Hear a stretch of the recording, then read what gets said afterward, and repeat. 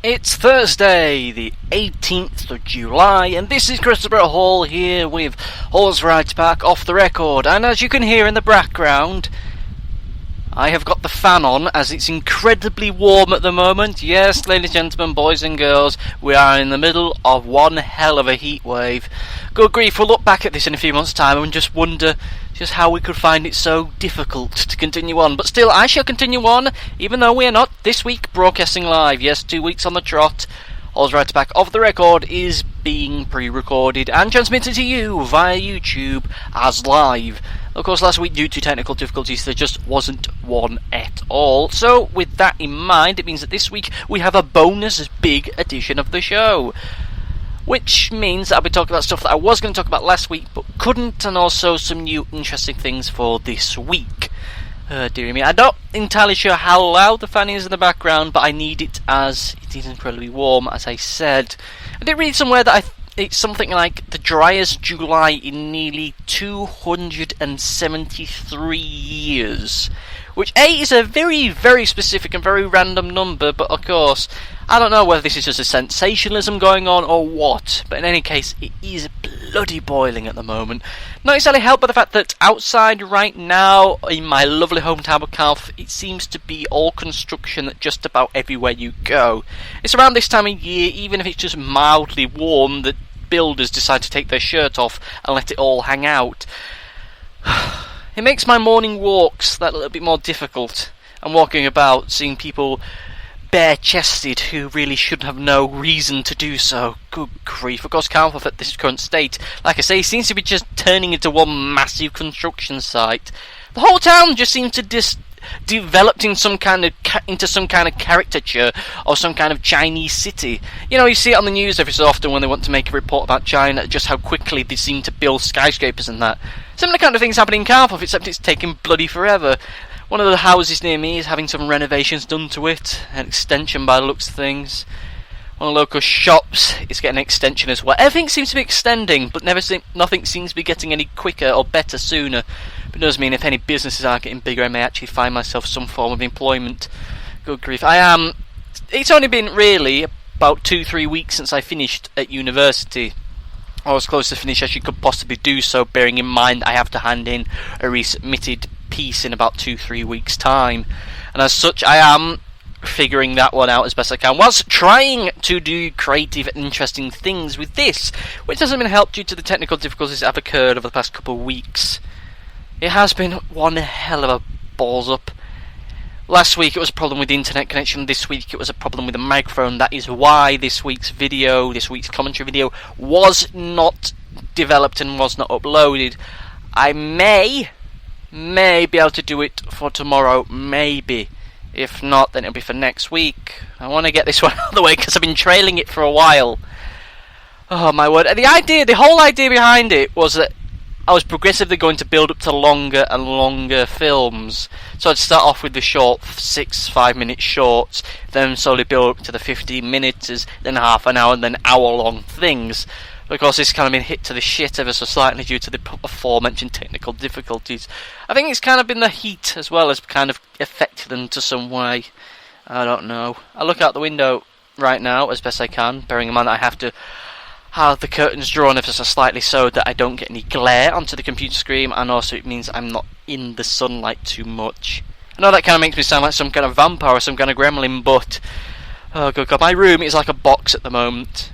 And it's not exactly been helped at all that I seem to have developed some kind of weird infliction with my leg.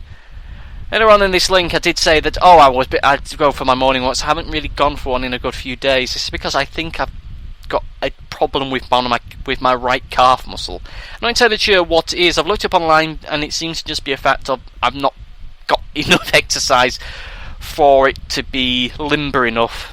I'm trying at the moment to find some stretches and stuff to see if I can remedy it.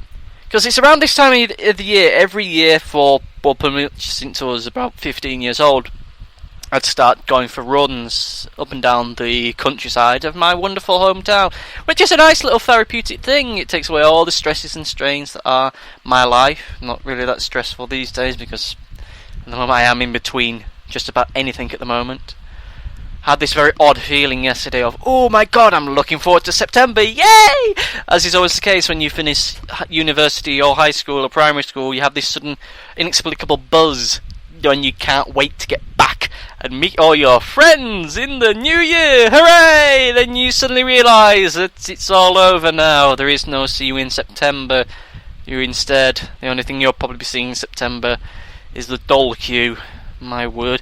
Now, of course, I should point out I have been looking at university courses. I'm not going to be doing one I'm not going to be doing one for a considerable amount of time. I want to enjoy being an adult without having to worry about having to hand in a dissertation or an essay at the end of the week. And with that said, I am going spare at the moment because I haven't really got anything physical to do.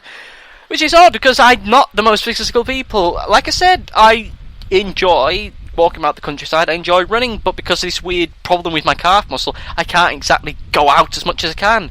It's a bit of a bugger when you're planning to go out for a run and you pull up lame just before you even start. On your way to your starting point, you pull up lame. Good God. I am hoping that it'll just sort itself out eventually. It has, through walking about through town, it has seemed to have subsided a little bit more. Either that I'm just becoming a bit more numb to the pain of it. I want to try and get it sorted out as soon as possible because I enjoy this weather. Because I've got a feeling that it'll be about a week or so's time when the weather will really dip. The heavens will open and it'll just piss it down for about 5 weeks or so for the rest of summer. Then we'll soon see. At the moment, as with anything, you're just going to take it as it goes. I am also, in this current moment of current stretching time, still applying for just about any position in radio that I can find at the moment, while still trying to do this. It's still early days. It's only been like I say, probably about 3 weeks since I've finished frequency radio, and as such, for me to expect to suddenly fall into a position of any kind of responsibility, a bit vain, a bit hopeful and somewhat naive, but still you got to have that little sparkle that sooner or later you'll just open up your email and find an email saying, "Hey, Mr. Hall, we read your CV and we heard your demo tape. Why not come along?" Ha ha ha. And it's only at this time when I am putting together demo tapes and I'm putting together my CV where I realise that maybe there's some certain things that I probably should have done to boost up my portfolio, bar the writing side of things. See, writing sketches and performing sketches is all well and good if you're applying for something in that similar kind of field. If you're applying to be a writer or applying to be a performer in radio, if you're applying to be a presenter when they require you to do links into the news or interviews with people when I haven't never really done a proper interview or really gone into the news because the news wasn't really a thing on my show about the news at Twinge, you kind of then suddenly realise, maybe that wacky hilarious bit where I spoof 80s hair metal bands is not going to be sufficient enough for me to get a job. But we'll soon see. Like many things at the moment, it is a case of suck it and see. I honestly don't know what the future will hold. As such, I'm kind of just trying to develop something. I don't know what it is, but I'm trying to develop it. Like many things in this life, I tend not to have a plan. I have no quite overarching idea. I have goals, I have ambitions, but there's no real logical pathway in which to get them. I'm a very open person. One of my friends on Twitter made a joke about, well, he just said, "Oh, I really love my bosses, they're so understanding," and I made a joke of, well, you see, I'm open world, so I don't have bosses. You know, a joke about video games and such. Then I realised that maybe my life, at least in the way that it's functioned, the way that it's put out, is a little bit more like an open world video game, a little bit like Skyrim, where there is no necessary overall plan. I just kind of potter about and bumble about and falling into wacky and hilarious circumstances.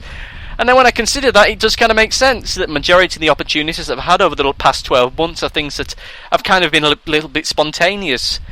I became the chairman of a society because there was no one else to do it, and I stayed and I made a good job of it. I became a leader of the Clubs and Societies Forum because no one else did it, so I decided to put my hand in for it. I became executive producer because I was just there. What else was there? Oh yeah, we won the awards for the societies as well. I was in a film, a short student film. I've not seen the finished product yet, but maybe eventually I will do. What else was there? I'd done stand-up as well, completely off the cuff. I did that as well. Seemingly the majority of things I do, there's no real planning or prior thought to it. It just seems to happen, and I enjoy myself with it. The most notable, of course, and I say this once again, and I say this again and again when I just want to exemplify just how little planning I do for future activities. New Year's Eve, I went to see Frank Turner with Mark, my friend Mark. He asked me the night before where I wanted to go. I naively assumed that it wouldn't be something till February, or maybe mid-January at least. No, it was for the following day.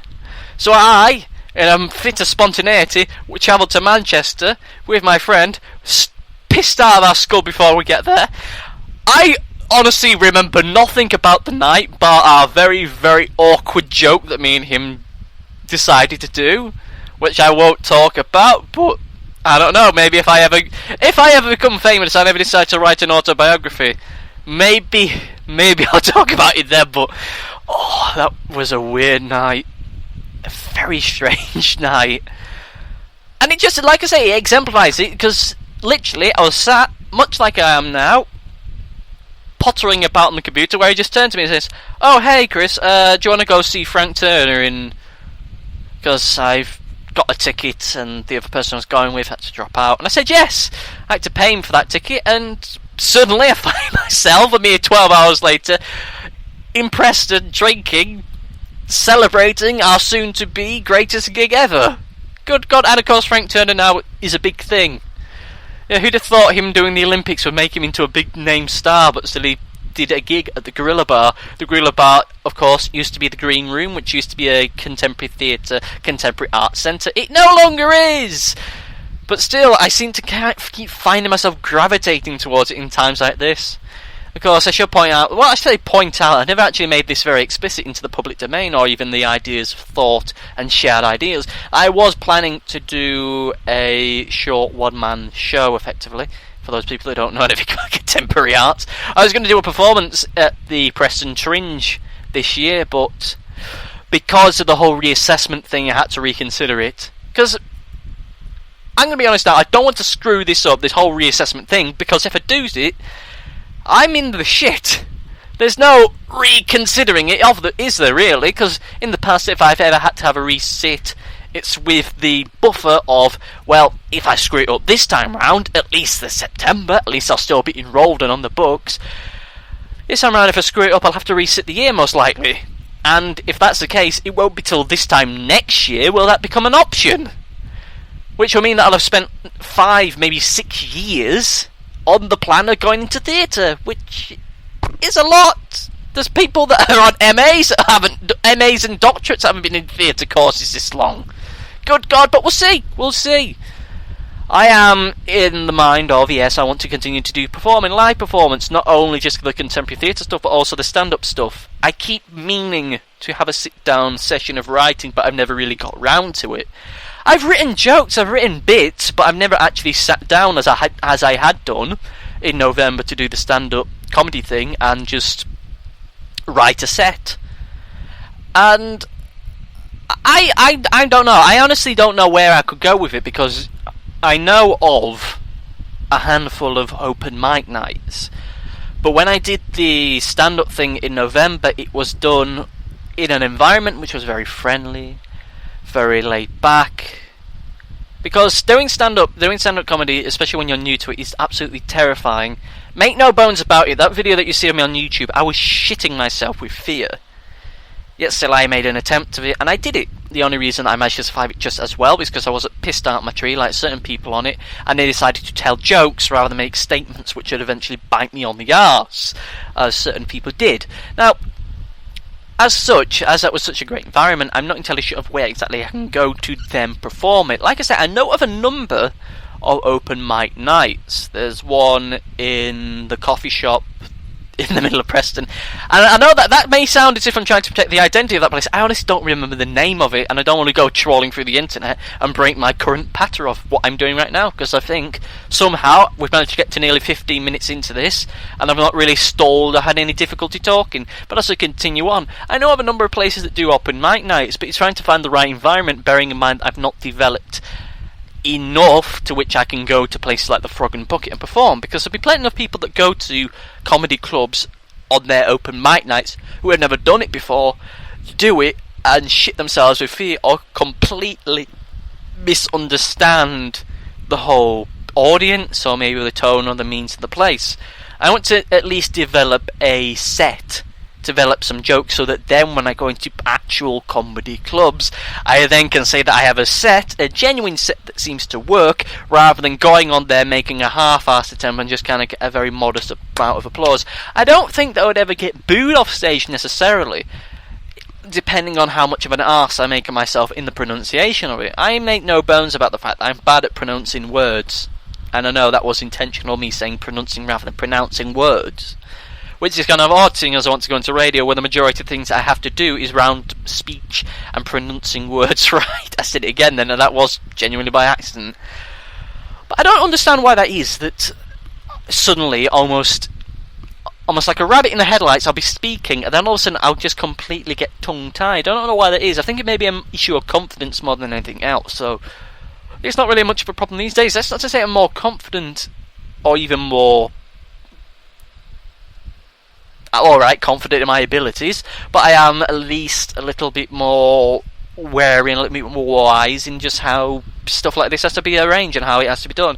Now, with that said, I am going into what I'm doing right now, this whole horse rides back off the record podcast thing, knowing full well that the vast majority of people who are listening will not be listening to this point, and if you are listening to this point, well over 15 minutes into it, thank you for listening this far. I understand that with some of the things I say and some of the things I do, it can get ever so self-indulgent, but that is a difficulty that comes about as a result of doing a pre-recorded bit, which is often very easy to attempt to try and rectify if there is a problem. As was the case last week, I did manage to record some bits and pieces for last week to take the place of the broadcast that didn't take place, but it just wasn't up to standard. I think the heat was getting to me and I was just too pissed off at the fact that I couldn't do a live broadcast to you. Liveness brings spontaneity, and it brings about the means of interacting with your audience and creating something that is a genuine shared experience. With this, not so much, but that's just the way that things are. Of course, when I do these little shows, I get flashbacks to when I started to do radio at Frequency, and listening back to some of those links where they would quite easily be about 15-16 minutes long, as long as this podcast bits thus far, and say absolutely nothing, yet still keep going in some kind of very vain attempt in extracting some kind of humour distilled from ideas, principles and jokes not of my own making. Which, in layman's terms, means I was just bumming it for as long as possible and hoping that I could get away with it. Do you mean? Now, I think that this whole 15-minute thing kind of constitutes an opening link. So let's move on to some actual discussional points, some actual points of discussion, some actual things I plan to speak about. Now, we'll begin by talking about something that has been in the news quite recently. I heard about it in the news last night, and it's still bumbling about in the background. This is the news, or rather the revelation. I can't even call it a revelation, because this is one of those things that's kind of been known for a while. It's more of a big question about the legitimacy of certain golf clubs not allowing women members. Now, of course, here we are in the modern age, the 21st century, where everything is incredibly politically correct, everything is incredibly so. But with that said, you'd have thought that regardless of any kind of sense of political correctness or any kinds of, crowd pleasing almost, it makes sense to allow women members to a golf club, as this is not the 40s. I know the bit where I'm saying about political correctness at the start of it may sound odd, but the reason why I bring that up is the fact of the matter is that it's being made out to be some kind of political correctness gone mad story. And of course there are incidents, there are bits and pieces you hear about in the news every year, almost every other week, of supposed political correctness gone mad. You hear it around Christmas time about nativity plays not being able to go ahead, and if they are, they then cannot mention Jesus or even Christmas at all, in the odd case that they may offend somebody. Offices that aren't allowed to have Christmas decorations, so you know about it all the time. But the thing about this story is that One, you'd have thought by now, here in the 21st century, that we'd be at a point where we wouldn't have to pontificate over the membership of private clubs, because they would be in the 21st century. Hell, they'd be in the 20th century and actually say, you know what? Maybe, just maybe, having selective membership may not actually be of benefit to a very elite club in the middle of a recession. Maybe we should open it up and allow all people to join and have fun. Just from a financial point of it makes sense to allow as many people in. But on the sheer fact of it, we have clubs up and down the country, nay, the world, where they have selective membership. And the weird comment by a representative of one of these clubs was that at least it's not racist or anti-Semitic.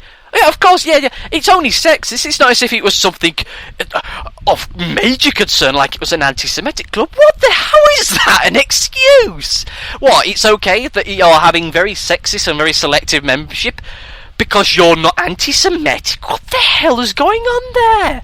It's a very, very strange way about going about it. And you would have expected that it was just logic that you would have open membership, that you wouldn't have this issue of this number of clubs that have all male membership. Women can play golf there, but they can't become members. But you would have expected it to just have happened, that there wouldn't have needed to be a big song and dance battle. It would have just happened naturally. One day they just have someone going through the archives, going through the rule list and go, oh, hang on a minute, hey Terry, it says on here we can't have women members.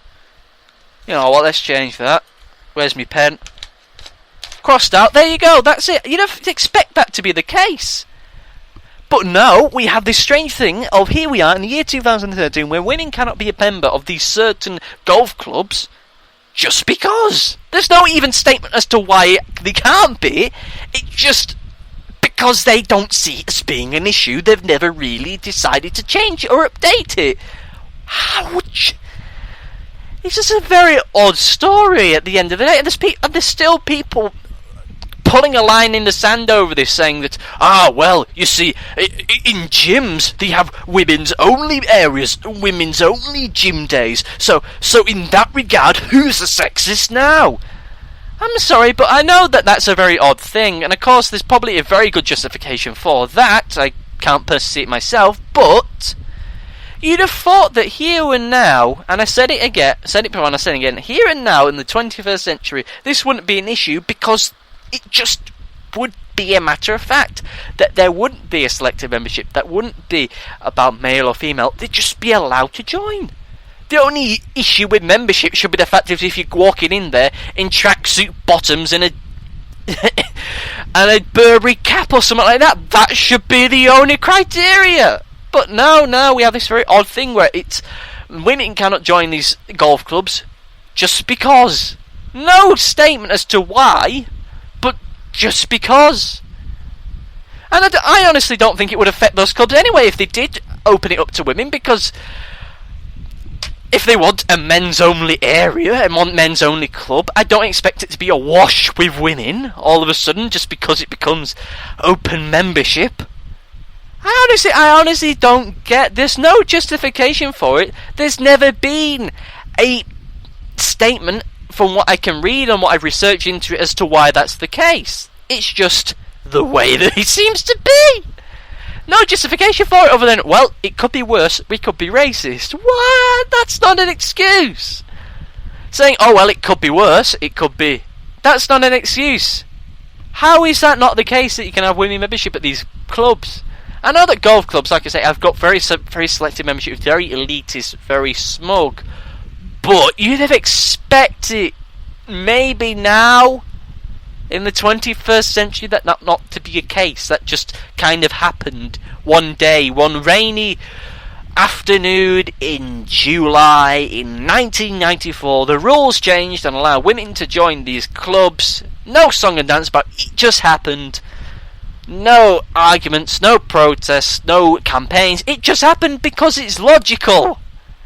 Even from like I say, from a business point of view, it makes sense. From a human being, from an logical human being point of view, it makes sense. But why it isn't, God only knows.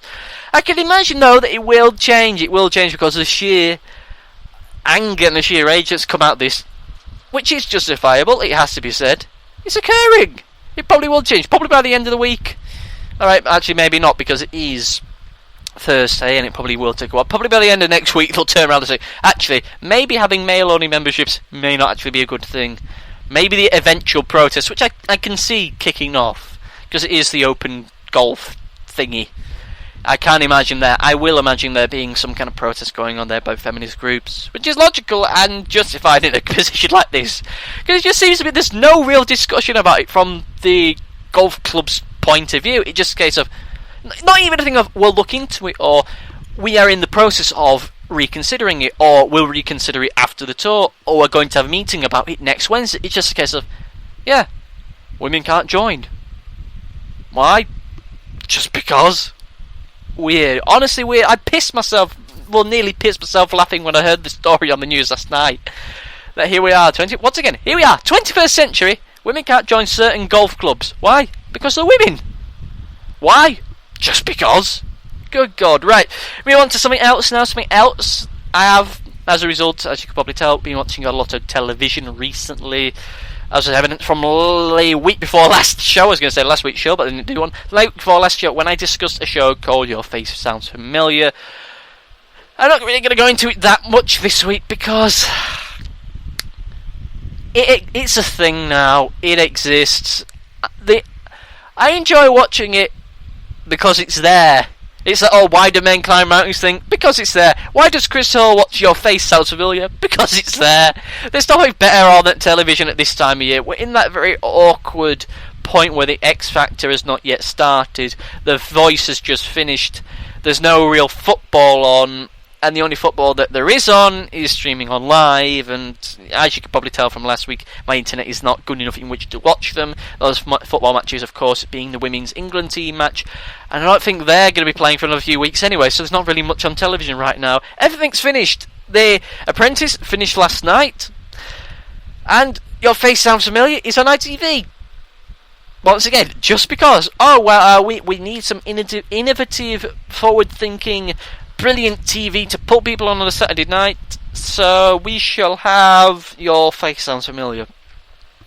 Of course, in previous weeks, I've only done one edition of this off-the-record thing, but I still stand behind the fact that the voting system on that show is very peculiar. I'm not saying anything untoward about it, I'm just saying that, for me, it kind of seems odd that, at least considering it next to Britain's Got Talent or The X Factor or The Voice or certain such shows, in that when you have shows in which public voting takes up a fair whack of the show's purpose, that you then allow the acts or rather the audience themselves plenty enough time to mull over their decisions and then decide for themselves exactly what or who rather they're going to vote for. On this show, that doesn't really seem to be the case. And I've always kind of looked at it kind of peculiarly, as if to say, hang on a minute, lines are closed, when the hell did they open? And it seems to be that the lines open at the start of the show before anyone's really performed. And then, after everyone's performed, actually they close them. Well, after maybe one commercial break. So potentially, you can vote for someone who you've not heard, maybe because you fancy them, or other such things, maybe for shenanigans purposes. And of course this week, Matt or Ryan, or whoever it is, the telephone answer from this morning somehow became third. I had a sinking suspicion that he would win it, but of course if he ever won 1 week edition, that in my mind would suggest that there's something funny going wrong in the background with this show. Oh good God, that fella does my head in. This week he was Elvis this wec, but rather than sing one song, he sang several. You know, why murder one Elvis classic when you can murder several, and yet still have Mel C or whoever the balls it is getting giddy at the fact that he's, oh look at him, oh he's cute and he's wearing tight leather pants, oh yeah, oh shut up please. I seriously think in the background someone's told her that she needs to I don't know what happened to my voice. I seriously think that someone's told her behind the scenes to be a bit harsher with her scores. She seems to be on a completely other planet when she's grading people. Or at least it seems to me. But it doesn't really pull off with her personality. If they wanted to have her as being the mean one, they could have just done that from week 1. Rather than suddenly, well, the score's a little bit too high. Maybe you should be a little bit more conservative with your points. Maybe. The whole show as itself, it just feels odd watching it. It just kind of exists. It's a thing that exists now. It may or may not get recommissioned next year. Maybe it will. I've not had a chance to read any reviews of it. I've only seen a letter in the TV Times. Or there were 2 letters, one saying it's fantastic and the other one saying it's terrible. So, we'll soon see with that. I'm still waiting for Don't Blow the Inheritance to come back. Honestly, I think that's the best game show that ITV have commissioned in a very long time, though it seems not to come back. The Tipping Point, yeah, that came back. The Tipping Point's got its own All-Star special every Sunday. But Don't Blow the Inheritance, no, we ain't getting that back. What? Have a game show that is actually fun and interesting to watch, that is genuine family entertainment, that everyone around the family can get along and then take part in this innovative new television format with a cheesy yet funny host who is slightly endearing, who the audience can love in a weird and but very relatable way, with contestants that are not all stars and not celebrities, but genuine real-life people with their own wacky, hilarious families. Yeah, who would want a TV show like that when you can have some generic D-list celebrity from the 90s being on All-Star Family Fortunes, and you naively walking in after the break thinking, my God, have they finally done it? Have they finally gone back to the original format? No, she was in steps. Great. I long for the days when ITV suddenly wake up and realise that maybe, just maybe, that the whole all-star celebrity thing isn't really going to sustain them for much longer. Because when you think about it, who gives a damn if someone's on a TV show anymore, a celebrity, unless it's a big name and unless it's for a very specific reason? As much as I hate Piers Morgan, you do take note if someone you like as a celebrity or you think could be an interesting guest on his live story show, then you watch it.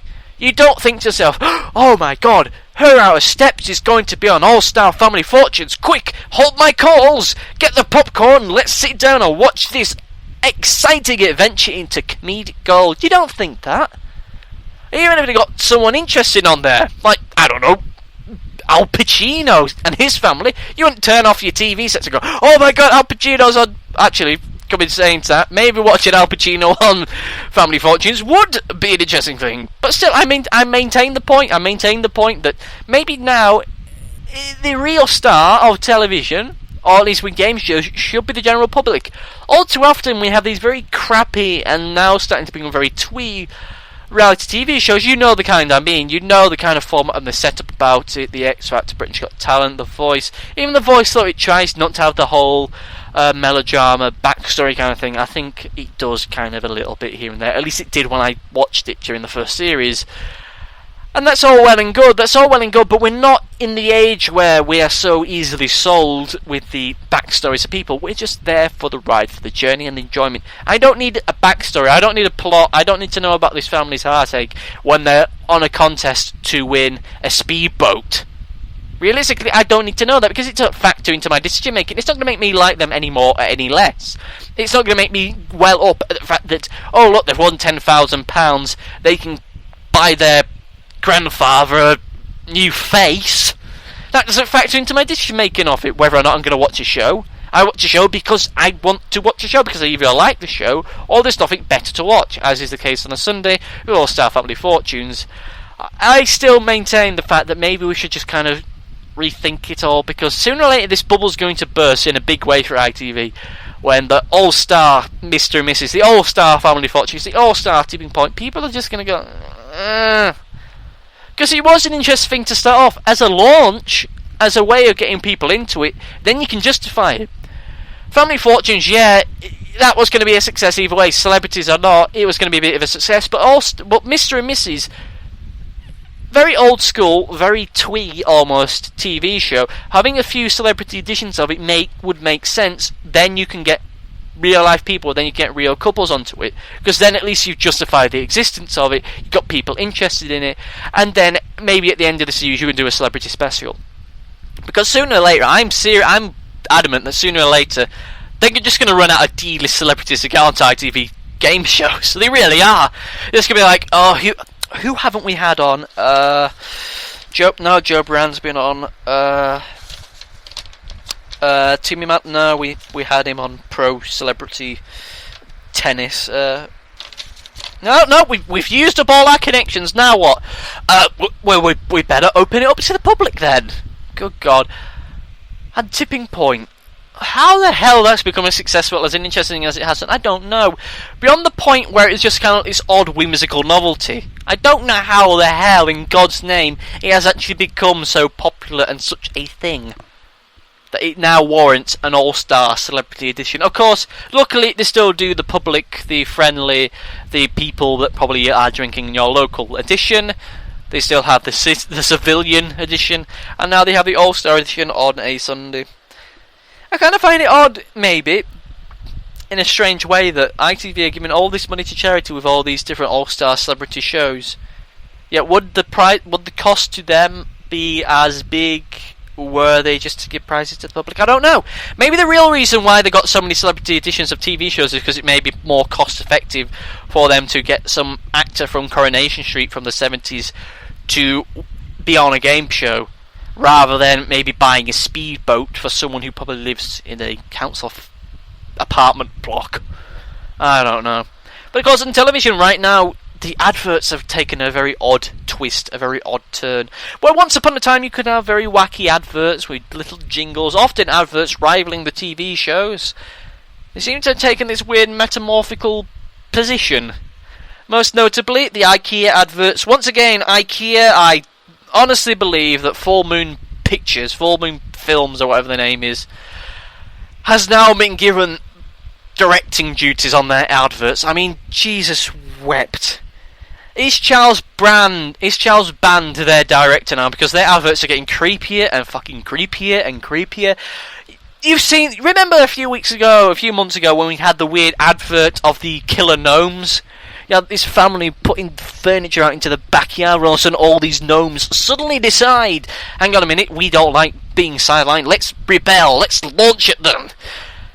That was terrifying, and now we have an advert with these weird Barbie mannequin monsters.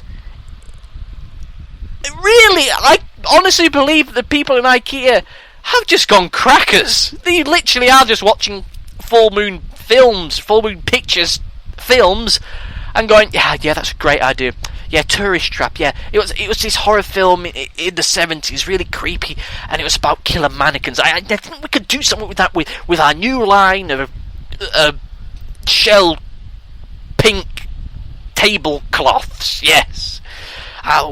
Yes, I was watching this film the other day called Puppet Master. Yeah, Puppet Master 17, and I was thinking to myself, killer puppets. Yeah, we could do something with that. Maybe instead of puppets, we have garden gnomes, and they don't actually kill people, but they still look pretty damn freaky as they run about trying to attack this family.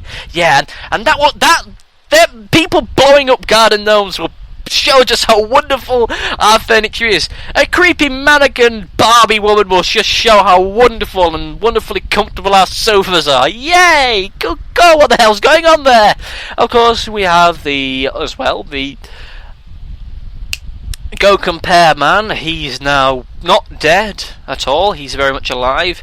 But in that very awful, mind-bendingly numbing, terrible advert style, the awkward adverts when you get some wacky, hilarious advertisement character in a real life situation, and everyone just kind of looks at them as if they're a little bit weird and a little bit strange, as you would do in real life. But they don't do it so as to, I don't know, show that their savings or their product is out of this world. They do it because they find it somehow hilarious. Now, that wouldn't be such a bad thing had it been done cleverly, because here's something, and it's just occurred to me now. They Compare the Market, Compare the Meerkat. They did the exact same format about this time last year. It didn't go anywhere, so they went back to wacky and hilarious sketches with the little meerkats. They tried it, it failed, they moved on.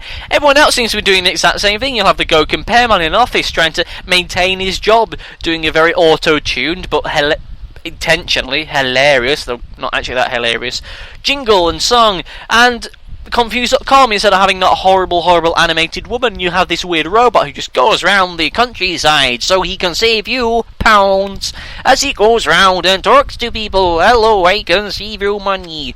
And everyone just kind of looks at me like, oh, it's a robot.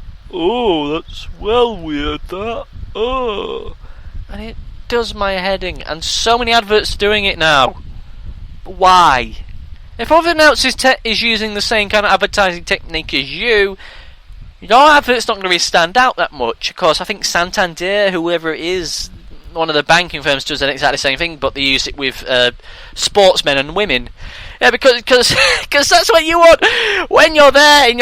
That's what you want to advertise your great savings scheme. You want Rory McIlroy or whatever his name is, just sat on someone's sofa, just for no apparent reason, like, we can save you money on your transfer bananas, or whatever it is they have. I'm not really good at banking. I have nothing to do with banking whatsoever.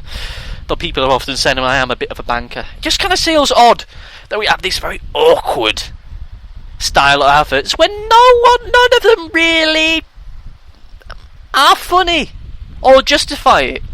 What's so wrong with having adverts that are a little bit quirky and a little bit silly, that exist in a wacky and hilarious world, as twee and as cheesy as they may be? At least they get the point across that this sofa is the best damn sofa you're ever going to sit on.